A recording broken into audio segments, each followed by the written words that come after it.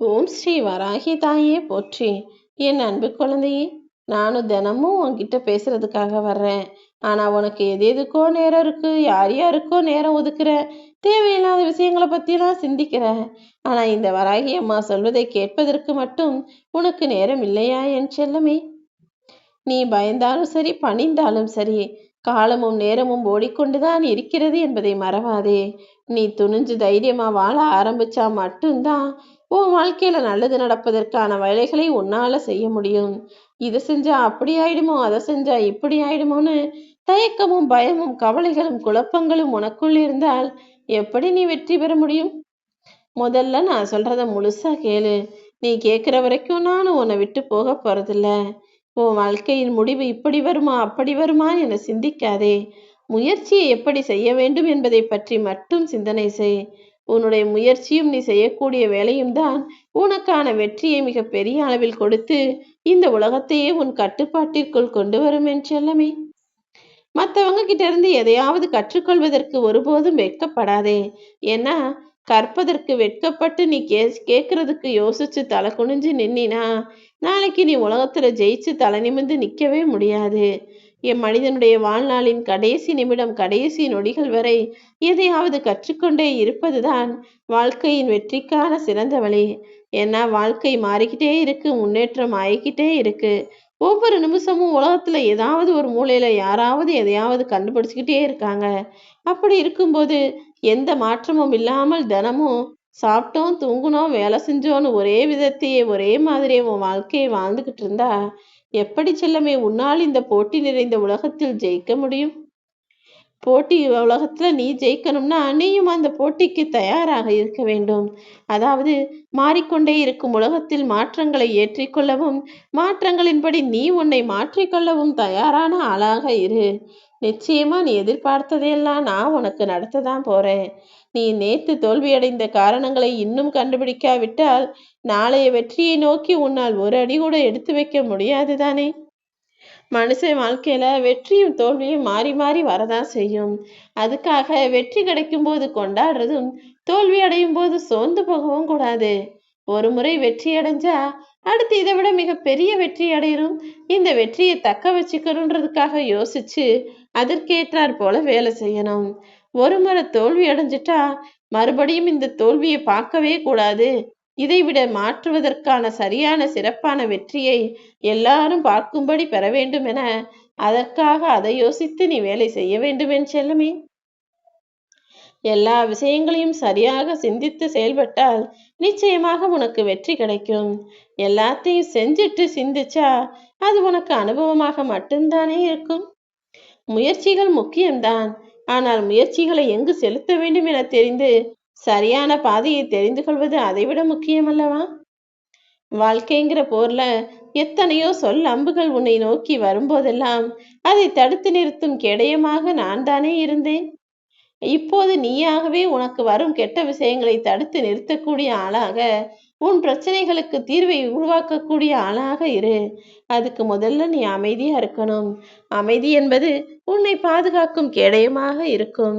மற்றவர் தேவையை நிறைவேற்றுறதுக்காக உன்னை தேடி வரும் மனிதர்கள் உனக்கு ஒரு தேவைனா மட்டும் ஓடி ஒளிஞ்சுக்கிறாங்களா? அப்படி உனக்கு தேவை என்று வரும்போது யாருமே இல்லாமல் உன்னை தனிமையாக விட்டு விடுகிறார்களா? கவலைப்படாத. இந்த உலகத்துல யாருக்கும் எதுவும் சொந்தம் இல்லை. நீ வரும்போதும் போகும்போதும் எதையும் கொண்டு வர போறதும் இல்லை, கொண்டு போக போறதும் இல்லை. முடிஞ்ச வரைக்கும் அன்பாக இரு. மற்றவர்களை சார்ந்தே வாழ்ந்து கொண்டிராமல் உன்னுடைய தகுதியை உனக்கு உணரும்படியாக உன்னுடைய தேவைகளையும் திறமைகளையும் பொறுத்து உன் வாழ்க்கையில் முன்னேறுவதற்கான வேலைகளை செய். என்ன நடந்தாலும் எப்போதும் நீ தளர்ந்து போகவோ சோர்ந்து போகவோ கூடாது என் செல்லமே. ஒரு விஷயம் ஒரு முறை தோத்துட்டினா இன்னொரு முறை நீ ஜெயிப்பதற்கான ஒரு வாய்ப்பை நான் நிச்சயமாக உன் கண்களில் காட்டியே தீருவேன். மற்றவங்களை பத்தி உன்கிட்ட குறை சொல்லக்கூடிய மனிதர்கள் உன்னை பத்தியும் இன்னொருத்தர்கிட்ட போய் குறை சொல்லிக்கிட்டு தான் இருக்காங்கன்றது உனக்கு வேண்டுமானால் தெரியாமல் இருக்கலாம். ஆனால் அனைத்தையும் அறிந்த இந்த வராகி அம்மா நான் சொல்றேன். ஒரு சிலர் உன்கிட்ட பேசும்போது நல்லா பேசுறாங்க, அடுத்தவன் கதையெல்லாம் பேசுறாங்க. ஆனா நீ போன பிறகு உன்னை பற்றியும் இப்படிதான் மற்றவர்களிடம் பேசுகிறார்கள். அந்த குணம் கொண்ட மனிதர்களிடம் நீ பேச்சை குறைத்துக் கொள்ளேன் செல்லமே. எப்போதும் நீ நீயாகவே இரு. நீ என்ன நினைக்கிறியோ அதையே பேசு.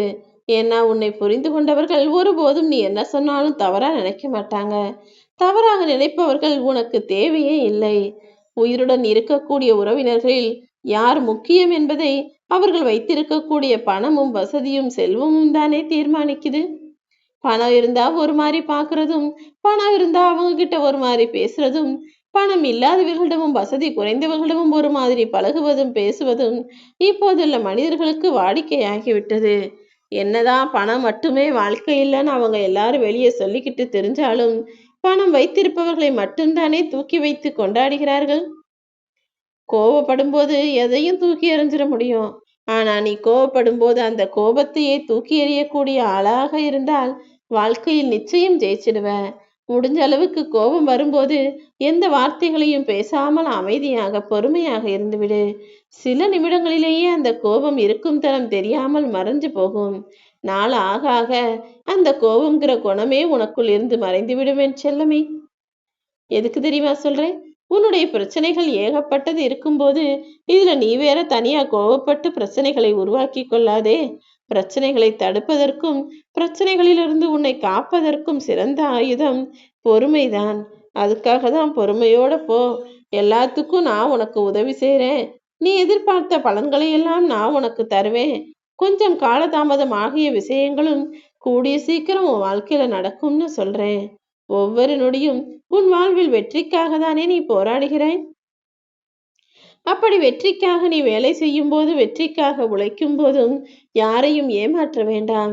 யாருடைய வாழ்விலும் இருக்கக்கூடிய துன்பத்தை நீ பங்கு போட்டு கொள்ள வேண்டாம் என நான் சொல்ல மாட்டேன். ஆனா யாருடைய வாழ்க்கையிலும் துன்பம் வருவதற்கு நீ காரணமாக இருக்கக்கூடாது என்பதில் மட்டும் உறுதியாக இரு என் செல்லமே. யாராவது நீ செஞ்சது தவறுன்னு சொன்னா அதை ஏத்துக்கோ. நீயே தவறுன்னு சொன்னாங்கன்னா அதை எதிர்த்து நில். ஏன்னா செயல்களில் தவறு இருக்கலாம், ஆனால் உன்னை நான் படைத்ததில் எந்த தவறும் இல்லை.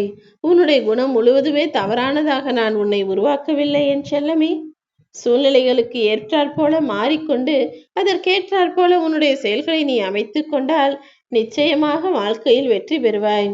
உன்னை புரிந்து கொள்ளாத மனிதர்களிடம் போய் பணிந்து பணிந்து நடப்பதை காட்டிலும் அவங்க தேவையே இல்லைன்னு அவர்களை விட்டு கடந்து போவதுதான் உனக்கும் நல்லது, அவர்களுக்கும் நல்லது. கற்கண்டும் கண்ணாடி துண்டும் பார்ப்பதற்கு ஒரே மாதிரி இருந்தாலும் கல்கண்டு சாப்பிட இனிமையா இருக்கும். ஆனா கண்ணாடி துண்டு பார்ப்பதற்கு பளபளப்பாக இருந்தாலும் வாயில் வைத்த அடுத்த நொடியே நாக்கை கிழித்து விடும் அல்லவா? அப்படிதான் நீயும் கெட்டவங்களை நல்லவங்கன்னு நினைச்சு பழகி உனக்கு நீயே துன்பத்தையும் துரோகத்தையும் செய்து கொள்ளாதே. யார் நல்லவர்கள் யார் கெட்டவர்கள்ன்றத பழகி பார்த்து புரிஞ்சு நடந்துக்கோ. அதுக்கப்புறமா அவங்க மேல நீ நம்பிக்கை வைக்கலாம். நெருங்கியவர்களே உனக்கு அவமானத்தையும் ஏமாற்றத்தையும் துரோகத்தையும் செய்ததால் தானே இப்போது யாரை நம்புறது யாரை நம்பக்கூடாதுன்னு ஒரே குழப்பமாக இருக்கிறது.